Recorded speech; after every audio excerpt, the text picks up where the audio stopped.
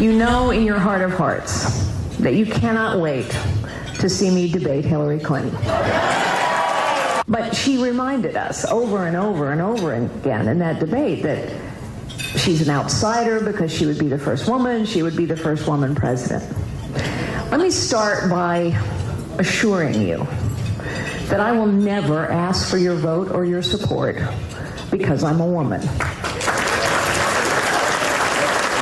That, of course, was Republican presidential candidate Carly Fiorina on Wednesday attacking the Democratic frontrunner. It was hard to know at this stage if Clinton's strategy of embracing the historic nature of her candidacy will help or hurt her. A recent Pew poll found that when it comes to politics, women are seen as better than men on traits like compromise, honesty, and standing up for their beliefs. And another study found that over the last 7 years, women in the Senate have introduced and enacted legislation at a higher rate than their male counterparts. They've even gained more bipartisan support. However, men still make up 80% of Congress, and of course, there's never been a woman president. When Pew asked what holds women back, the most common responses were that women are held to higher standards, and the electorate isn't ready for women leaders. So will a woman finally break through the ultimate glass ceiling? And what can we expect from women in races up and down the ballot in 2016? Joining our panel is the president and founder of Emerge America, an organization that encourages women to run for elected office. Andrea, Steele, welcome. Thank you for having me. What is holding women back from running for office? Well, the main thing is that women have to want to run. So at Emerge America, we focus on recruiting women. And that means having lots of conversations around kitchen tables, at community meetings, really encouraging women to run. Because you can't build a house from the top down. So it's great to focus on the presidency, but we need women running all up and down the ballot. There are 520,000 political offices in this country. So at Emerge America, we're focused on building the bench, filling the pipeline, getting women running and on the ticket with Hillary Clinton. We have a whole campaign called Follow Hillary's Lead. We want to make 2016 more than just the year of one woman. We want to make it the year of many women. But even for Hillary Clinton, there's a perception, maybe for her, that her treatment is shaped by how people think about women talking in public and being leaders. Let's listen to what she said at the DNC Women's Leadership Forum on Friday about the issue of gun control.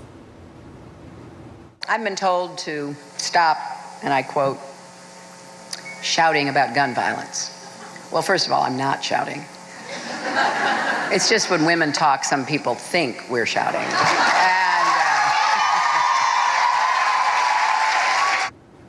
This is a problem for women when they're running for office, isn't it? There's a different set of rules for how people treat them just in their regular arguments and debating style. Well, that's true, Richard, but what we encourage our women to do is be authentic. That's all Americans want, are authentic politicians. For Hillary, for other women running up and down the ballot. And what we also say is you're not going to be treated like Hillary Clinton.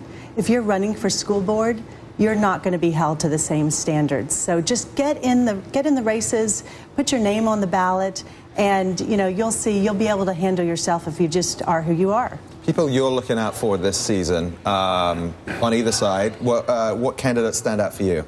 Well, I'm really excited about a lot of the Senate candidates, and mainly because we have several women of color running. We have Kamala Harris in my home state of California, and she was one of my inspirations for starting Emerge. She came to me in 2002. She was interested in running for the DA, and she said, "What do I do? Where do I go?"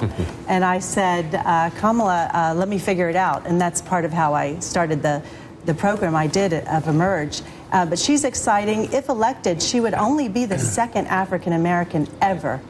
And we also have Donna Edwards running in Maryland. We have Catherine Cortez Masto.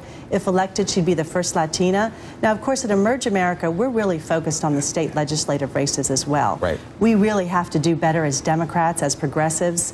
Republicans have known this for years, and I admire them for what they've done, but we've got to take back some of these state legislative chambers. Right. Caitlin, do you see women in Washington operating at a different level, getting more done? Oh, sure. I think you talk to women in Congress and they will tell you, they're better listeners.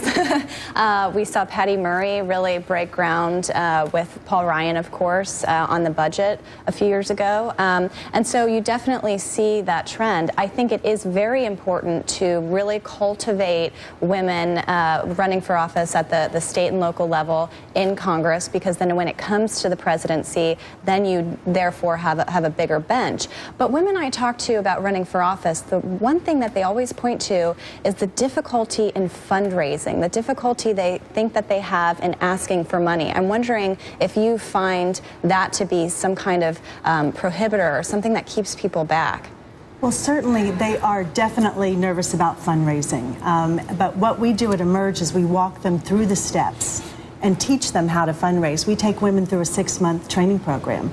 So we show them how to do it, and I do a whole presentation. If you can potty train a child, you can fundraise. And it's not that hard if you just learn how to do it. Philip, briefly, we've obviously been focusing on Democrats. Republican women candidates that you've got your eye on? Well, obviously, Carly is the top of the ticket. We don't have that many. We had a lot in the last cycle, at least with Elise Stefanik, the youngest woman ever in Congress. But really, it's all on Carly. I find the ability to promote women in politics an incredible effort. I don't know anybody that's holding anybody back anymore. I just don't see that. I think men and women have the equal plane to go run for office.